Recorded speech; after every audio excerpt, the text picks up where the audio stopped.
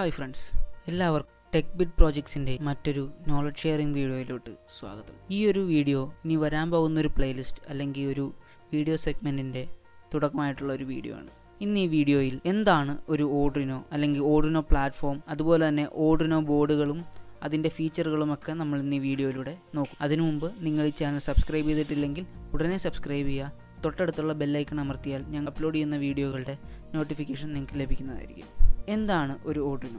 Electronics field അല്ലെങ്കിൽ electronics വെച്ച് hobby സർക്യൂട്ടുകൾ ചെയ്യുന്നവർക്കൊക്കെ സുപരിചിതമായിട്ടുള്ള ഒരു പ്ലാറ്റ്ഫോമാണ് ഓർഡിനോ. ഓർഡിനോ ബേസിക്കലി ഒരു open source hardware and software development കമ്പനിയാണ്. അവർ മാനുഫാക്ചർ ചെയ്യുന്ന സിംഗിൾ ബോർഡ് മൈക്രോ കൺട്രോളർ കിറ്റ്സും അതിനനുബന്ധമായ സോഫ്റ്റ്വെയറുകളുമാണ് അവരുടെ മാനുഫാക്ചർ ചെയ്യുന്നത്. ഓർഡിനോ ബോർഡ് വളരെയധികം സിമ്പിളായിട്ടുള്ള ഒരു പ്ലാറ്റ്ഫോം ആയതുകൊണ്ട് തന്നെ ഏത് തരം പ്രോജക്റ്റുകളും സിമ്പിൾ ആണെങ്കിലും കോംപ്ലക്സ് ആണെങ്കിലും എല്ലാം നമുക്ക് ഓർഡിനോ ഉപയോഗിച്ച് വളരെ ഭംഗിയായിട്ട് തന്നെ ചെയ്യാൻ സാധിക്കും. ഓർഡിനോ പുറത്തിറക്കുന്ന പ്രോഡക്റ്റുകളെല്ലാം തന്നെ ഒരു ജനറൽ പബ്ലിക് ലൈസൻസ് അല്ലെങ്കിൽ ഒരു GNU ലൈസൻസിൻ്റെ കീഴെ വരുന്നതാണ്. ഈ ഒരു ലൈസൻസ് വെച്ചിട്ട് ഒരു യൂസർക്ക് ആ ബോർഡ് വാങ്ങിച്ച് പഠിക്കുവാനും ഷെയർ ചെയ്യാനും അതുപോലെ തന്നെ അയാൾക്ക് ആവശ്യമുള്ള രീതിയിൽ ആ ബോർഡ് മോഡിഫൈ ചെയ്ത് യൂസ് ചെയ്യാനും അതുപോലെ തന്നെ മാനുഫാക്ചർ ചെയ്യാനും ഒക്കെ റൈറ്റ് തരുന്ന ഒരു ലൈസൻസാണ് GNU ലൈസൻസ്. ബേസിക്കലി ഇതൊരു മൈക്രോ കൺട്രോളർ ബ്രേക്ക് ഔട്ട് ബോർഡാണ്. ബ്രേക്ക് ഔട്ട് ബോർഡ് എന്നുകൊണ്ട് ഉദ്ദേശിക്കുന്നത് എന്താണെന്ന് വെച്ചാൽ ഒരു മൈക്രോ കൺട്രോളറിൻ്റെ പിൻസ് വളരെയധികം എളുപ്പത്തിൽ ആക്സസ് ചെയ്യാനും അതിൽ എളുപ്പത്തിൽ പവർ ചെയ്യാനും മറ്റുള്ള ഡിവൈസുകളുമായിട്ട് ഇൻ്റർഫേസ് ചെയ്യാനും വേണ്ടിയിട്ട് നമ്മൾ ഡിസൈൻ ചെയ്യുന്ന ഒരു ബോർഡാണ് ബ്രേക്ക് ഔട്ട് ബോർഡ് എന്ന് പറഞ്ഞാൽ. അതിൽ ഒരു മൈക്രോ കൺട്രോളർ കാണും. ഈ ഒരു മൈക്രോ കൺട്രോളറിനെ നമുക്ക് പ്രോഗ്രാം ചെയ്ത് ഫിസിക്കൽ വേൾഡിലെ ഫിസിക്കൽ ഫാക്ടേഴ്സിനെ സെൻസ് ചെയ്യാനും ഒബ്ജക്റ്റുകളെ കൺട്രോൾ ചെയ്യാനും ഒക്കെ നമുക്ക് സാധിക്കുന്നു. ഇത് വളരെയധികം എളുപ്പമായി പഠിച്ചെടുക്കാൻ പറ്റുന്നൊരു പ്ലാറ്റ്ഫോമാണ്. അതുപോലെ തന്നെ വളരെ വില കുറഞ്ഞൊരു പ്ലാറ്റ്ഫോമുമാണ്. ആർക്കും ഇതൊരു വൺ ടൈം ഇൻവെസ്റ്റ്മെൻ്റ് ആണെന്ന് കരുതിയാൽ മതി. നമ്മൾ ഈ ബോർഡ് വാങ്ങിച്ചു കഴിഞ്ഞാൽ നമുക്ക് ഇതുകൊണ്ട് അനേകം പ്രോജക്റ്റുകൾ നമുക്ക് ചെയ്യാൻ സാധിക്കും. ഇലക്ട്രോണിക്സ് രംഗത്തോട്ട് വരുന്ന വിദ്യാർത്ഥികൾക്കും അല്ലെങ്കിൽ ഇലക്ട്രോണിക്സ് ഹോബി സർക്യൂട്ടുകളും പ്രോജക്റ്റുകളും പ്രോട്ടോടൈപ്പുകളും ഒക്കെ ചെയ്യുന്നവർക്ക് തുടങ്ങാൻ പറ്റിയ ഒരു പ്ലാറ്റ്ഫോമാണ് ഓർഡിനോ എന്ന് പറയുന്നത്. ഇനി നമുക്ക് ഓർഡിനോ ബോർഡ്സിൻ്റെ കുറച്ച് ഹിസ്റ്ററി നോക്കാം. ഓർഡിനോ പ്രോജക്റ്റ് ആദ്യമായിട്ട് 2005 തുടങ്ങുന്നത്.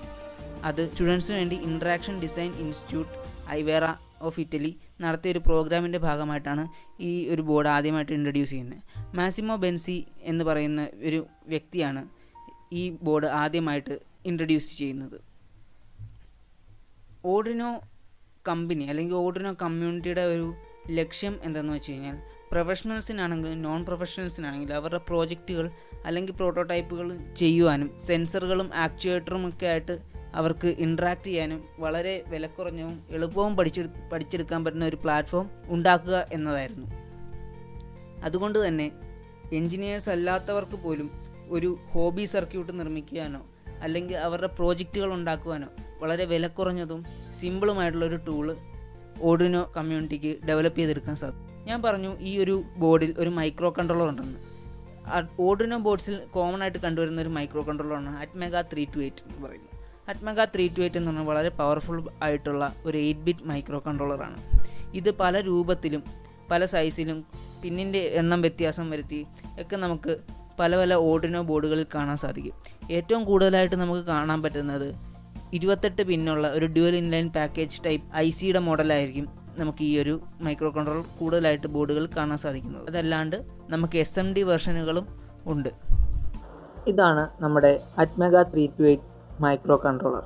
ഇത് ഒരു 28 pin dual inline package type ചിപ്പാണ്. ഇതിനെ നമ്മൾ ഓർഡിനോ ബോർഡ്, ഞാൻ നേരത്തെ പറഞ്ഞ പോലെ ഒരു simple micro controller break out ബോർഡാണ്. ഇതിൽ നമുക്ക് ഒരു 28 പിന്നിൻ്റെ IC സ്റ്റാൻഡ് ഉണ്ട്. ഇതിലാണ് നമ്മൾ ഈ ഒരു IC ചിപ്പ് ഫിക്സ് ചെയ്യുന്നത്. ഇനി ഇതിലോട്ട് നമ്മൾ ഓർഡിനോയുടെ ബൂട്ട് ലോഡർ കയറ്റിയതിന് ശേഷം നമുക്ക് ഓർഡിനോ വളരെ എളുപ്പത്തിൽ പ്രോഗ്രാം ചെയ്യാനും മറ്റുള്ള ഡിവൈസുകളുമായിട്ട് ഇന്റർഫേസ് ചെയ്യാനും ഒക്കെ സാധിക്കുന്നതാണ്. ഓർഡിനോ ബൂട്ട് ലോഡർ എന്താണെന്നും അത് എങ്ങനെ ഈ ഒരു മെഗാ 328 ചിപ്പിലോട്ട് ബേൺ ചെയ്ത് കയറ്റാം എന്നുള്ള കാര്യങ്ങളൊക്കെ നമ്മൾ ഇനി വരുന്ന വീഡിയോയിൽ നമ്മൾ ഡീറ്റെയിൽഡ് ആയിട്ട് പറയുന്നതാണ്. ഓർഡിനോ പല ടൈപ്പിലുണ്ട്. നമ്മളുടെ പ്രോജക്റ്റിൻ്റെ സൈസ് അല്ലെങ്കിൽ അതിന് എന്തോരം സെൻസറുകൾക്ക് പിന്ന് ആവശ്യമുണ്ട് അല്ലെങ്കിൽ എന്തോരം പിന്ന് അതിന് നമുക്ക് ഇൻ്റർഫേസ് ചെയ്യാൻ വേണം അല്ലെങ്കിൽ അതിൻ്റെ ഷേപ്പ്, ഇതൊക്കെ വെച്ചിട്ട് ഓർഡിനോ തന്നെ പല ടൈപ്പുകളുണ്ട്.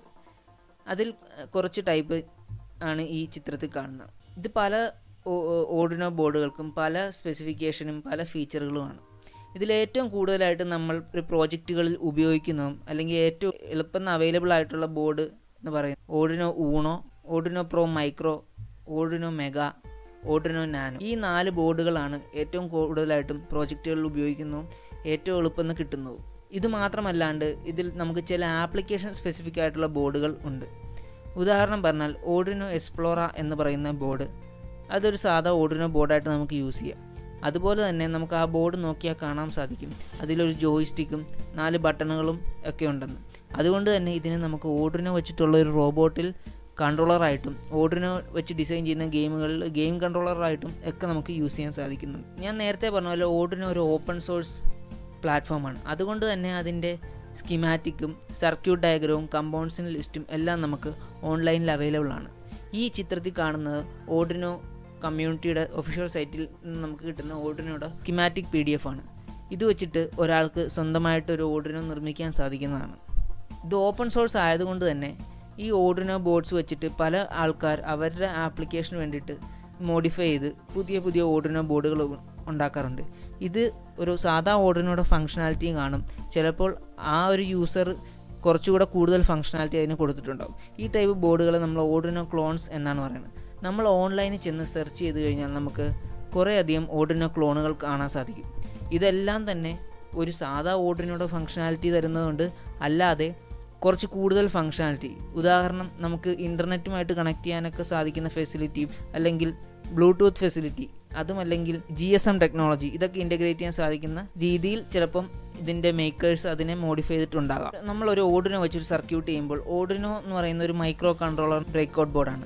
ബാക്കി നമ്മൾ എന്താണോ ഉദ്ദേശിക്കുന്നത് അതിന് വേണ്ടിയിട്ടുള്ള ആപ്ലിക്കേഷൻ സ്പെസിഫിക് സർക്യൂട്ട് നമ്മൾ ഡിസൈൻ ചെയ്യേണ്ടി വരും. ഇത് നമുക്കൊരു PCB ആക്കി മാറ്റിക്കഴിഞ്ഞാൽ എളുപ്പമുണ്ടാകും. അല്ലെങ്കിൽ നമ്മൾ ഇത് ബ്രേക്ക്ഔട്ട് ബോർഡിൽ അല്ലെങ്കിൽ ബ്രെഡ് ബോർഡിൽ നമ്മളിത് ചെയ്തെടുത്തിട്ട് നമ്മൾ ഓർഡിനോ ആയിട്ട് കണക്ട് ചെയ്യുന്നതായിരിക്കും.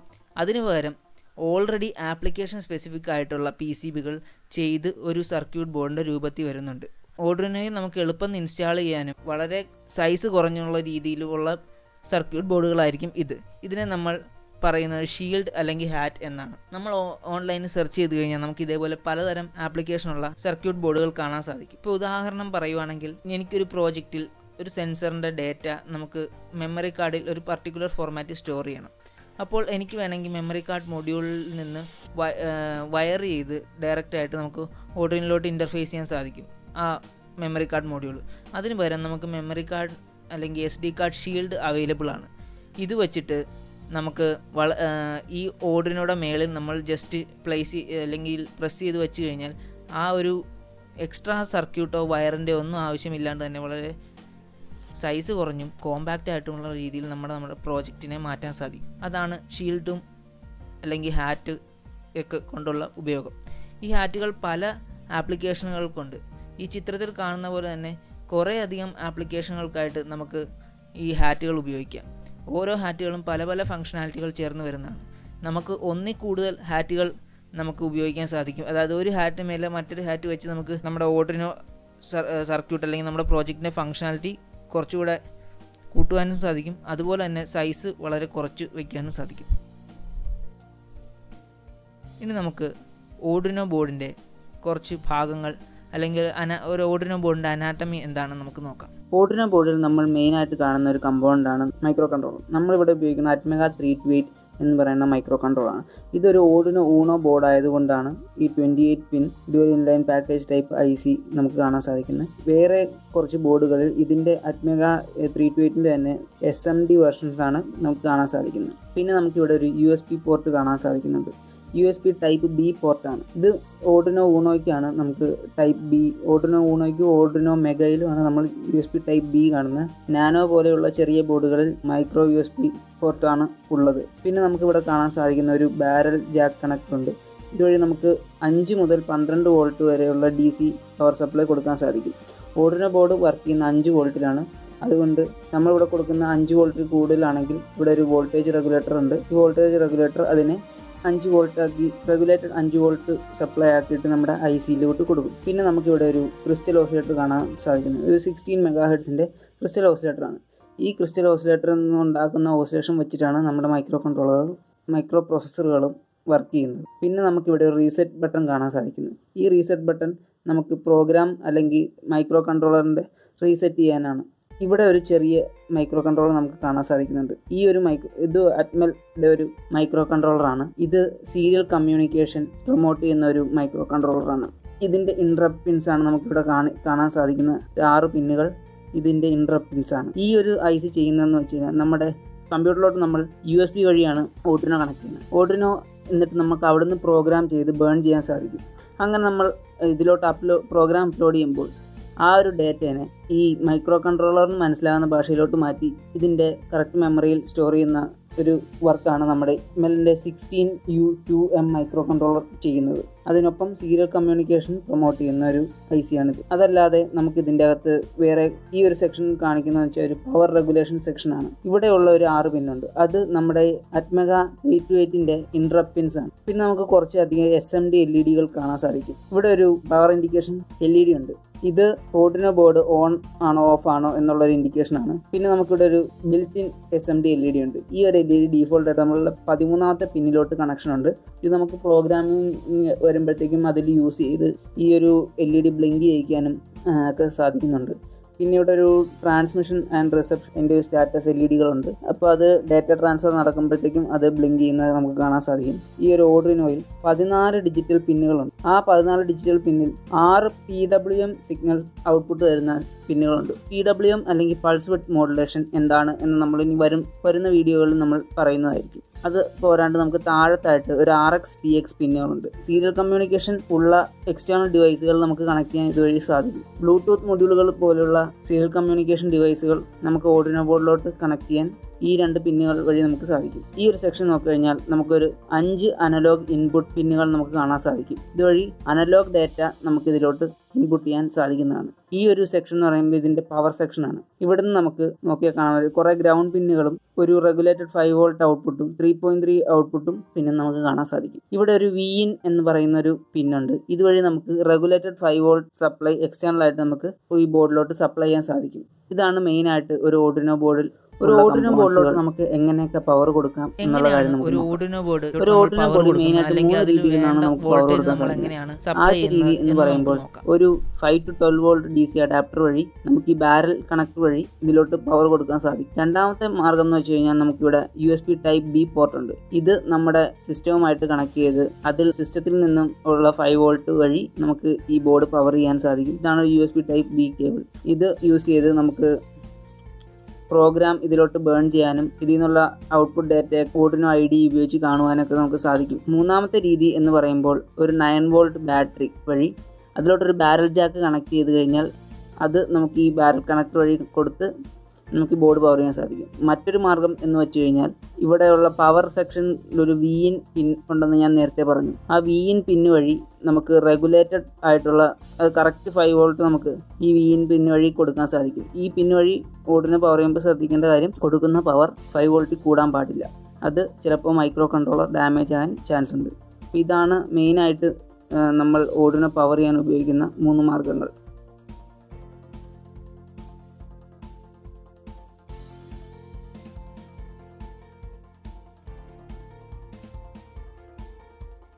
എങ്ങനെയാണ് നമ്മൾ ഓർഡിനോ ബോർഡിൽ പ്രോഗ്രാം ചെയ്യുന്നത്? അതിന് ഓർഡിനോ കമ്മ്യൂണിറ്റി തന്നെ നമുക്ക് ഒരു സോഫ്റ്റ്വെയർ തരുന്നുണ്ട്. അതാണ് ഓർഡിനോ IDE എന്ന് പറഞ്ഞാൽ ഇൻ്റഗ്രേറ്റഡ് ഡെവലപ്മെൻറ്റ് എൻവയോൺമെൻറ്റ്. ഇത് യൂസ് ചെയ്ത് നമുക്ക് വളരെ എളുപ്പത്തിൽ തന്നെ പ്രോഗ്രാം ചെയ്ത് ആ പ്രോഗ്രാം മൈക്രോ കൺട്രോളറിലോട്ട് ബേൺ ചെയ്ത് കയറ്റാൻ നമുക്ക് സാധിക്കും. അതുമാത്രമല്ല നമ്മൾ ചെയ്ത പ്രോഗ്രാമിൽ എന്തെങ്കിലും നമുക്ക് ഔട്ട്പുട്ട് കാണാനുള്ള സെക്ഷൻ ഉണ്ടെങ്കിൽ അത് നമുക്ക് ഓർഡിനോ IDEയിലെ സീരിയൽ മോണിറ്റർ വഴി കാണുവാൻ സാധിക്കുന്നതാണ്. അതുമാത്രമല്ല നമുക്ക് ഈ വരുന്ന ഡേറ്റയെ അല്ലെങ്കിൽ അതിൽ നിന്ന് കിട്ടുന്ന ഔട്ട്പുട്ടിനെ നമുക്ക് ഗ്രാഫായിട്ട് മാറ്റാൻ സീരിയൽ പ്ലോട്ടർ പോലെയുള്ള കുറച്ച് ഫീച്ചറുകളുണ്ട്. ഓർഡിനോ IDEയെ കുറിച്ച് ഡീറ്റെയിൽഡ് ആയിട്ട് നമ്മൾ ഇനി മറ്റൊരു വീഡിയോയിൽ പറയുന്നതായിരിക്കും. ഓർഡിനോ എന്ന് പറഞ്ഞ പ്ലാറ്റ്ഫോം ഇപ്പോൾ വളരെയധികം എളുപ്പത്തിൽ ലഭിക്കുന്ന ഒന്നാണ്.